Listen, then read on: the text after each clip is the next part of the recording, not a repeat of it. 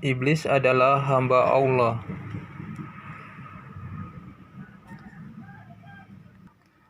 yang ditakdirkan sesat oleh Allah Subhanahu wa Ta'ala.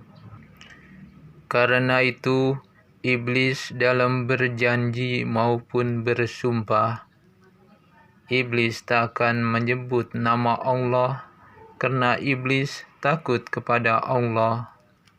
Jadi setiap manusia, jika ingin terhindar dari godaan iblis, sebutlah banyak-banyak nama Allah Subhanahu wa Ta'ala. Dan pada waktu itu, Bitu yang mempunyai kebencian yang sangat mendalam terhadap orang-orang zalim diberi kekuatan oleh iblis.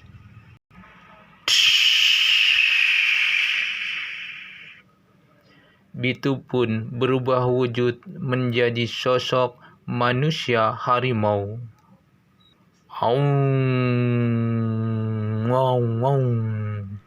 Sontak aja ketika Bitu menjadi manusia harimau, langsung mendekati orang-orang zalim.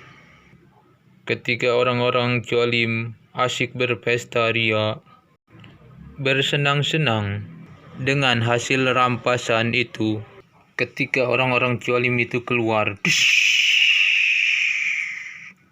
Bitu menghajar mereka habis-habisan.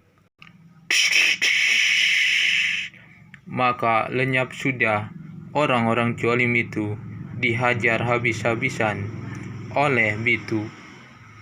Bagi iblis, kematian orang-orang zalim adalah sangat menyenangkan, karena iblis bakal mempunyai teman di neraka. Dan iblis pun lebih sangat senang lagi jika orang yang mempunyai iman tersesat dan kena perangkapnya. Bitu pun terkena perangkap iblis. Akhirnya Bitu pun berteman dengan iblis. Setelah Bitu menghabisi orang-orang zalim itu, Bitu pun bertemu dengan seorang wanita yang menurut hatinya wanita itu sangat cantik dan idaman hatinya. Dia pun terus berkenalan dengan wanita itu. Wanita itu bernama Irma, dan akhirnya mereka pun menjadi sahabat baik. Irma tidak mempunyai kedua orang tua, dia hanya mempunyai satu kakek. Maka sang kakek pun berkata kepada Bitu, "Wahai Bitu, jika kamu mau sama cucu kakek, cepat lamarlah cucu kakek." Jawab Bitu, "Benarkah itu kakek? Baiklah, dengan secepatnya saya akan berusaha untuk melamar cucu kakek." Betapa terkejutnya Bitu ketika melihat rumah kakek itu begitu besar. Dan di saat itulah iblis pun menggoda Bitu. Iblis pun berkata kepada Bitu, "Wahai Bitu, kamu tidak mungkin bisa melamar Irma kecuali mempunyai uang dan harta yang banyak, karena uangmu tidak mungkin cukup, apalagi bisa menyenangkan Irma." Maka Bitu pun terkena hasutan iblis.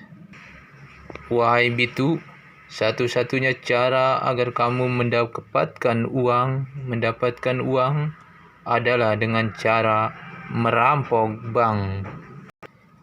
Bitu yang terpedaya oleh iblis menjelma wujudnya menjadi manusia harimau, kemudian merampok bank. Bank pun dijaga oleh polisi, dan polisi pun menghadang Bitu. Polisi pun menembaki Bitu, namun Bitu kebal terhadap peluru, dan kemudian lari dengan uang yang banyak. Akan tetapi itu adalah rencana iblis. Kakek Irma, calon mertua Bitu, melihat Bitu berubah wujud. Kakek Irma pun terkejut dan langsung pulang ke rumah. Esok harinya ketika Bitu mau melamar Irma, "Assalamualaikum." "Waalaikumsalam," jawab kakek Irma. Kakek Irma pun berkata, "Sebaiknya pernikahan ini nggak usah terjadi. Dan silakan mencari wanita yang lain. Karena sesungguhnya aku tidak menginginkan engkau Bitu menjadi suami cucuku." Bitu pun sangat terkejut dan hatinya pun terpukul. Iblis pun kembali menggoda Bitu. Berkatalah iblis kepada Bitu, "Wahai Bitu, sesungguhnya pernikahanmu tidak akan terwujud tanpa engkau membunuh kakek itu. Sesungguhnya kakek itu sudah tua. Umur kakek itu tinggal beberapa tahun lagi. Akan tetapi sebelum kakek itu menjodohkan Irma dengan cowok lain, alangkah baiknya jika engkau membunuhnya terlebih dahulu." Bitu yang terpengaruh oleh godaan iblis berubah wujudnya menjadi manusia harimau. Di tempat lain, Iman didatangi seorang kakek jelmaan malaikat, dan kakek itu berkata kepada Iman. Berkatalah malaikat itu kepada Iman, "Wahai Iman, pergilah kamu ke desa Dangder. Seseorang begitu sangat membutuhkan pertolonganmu. Tolonglah dia, selamatkanlah dia dari serangan manusia harimau, dan sadarkanlah manusia harimau itu."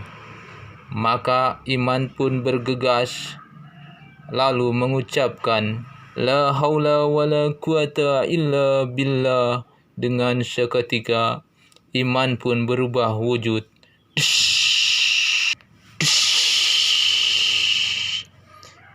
Berubah wujudlah Iman menjadi Satria Angin. Di waktu itu, ketika Bitu mau membunuh kakek Irma, tiba-tiba